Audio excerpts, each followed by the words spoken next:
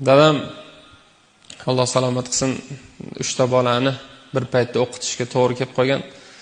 Qiynalib, birovlardan ba'zan pul topa olmay qolgan paytda qarz so'rab, katta boshlar kichkina qilib bizni kontraktlarimiz to'lagan rost eslayman. Har safar pulni olib borib kassaga topshirayotganda aytardimki, Alloh nasib qilsa, men bu pullarni oqlayman. Dadamga bu qilgan xarajatlarini, menga kiritgan investitsiyalarni 1000 barobarlab qaytaraman degan rosa niyatlarim bo'lardi. O'sha payt kontrakt taxminan 3.300.000 edi. 10 oylab topadigan pullarda Alloh nasib etsa shunday kunlar keladi.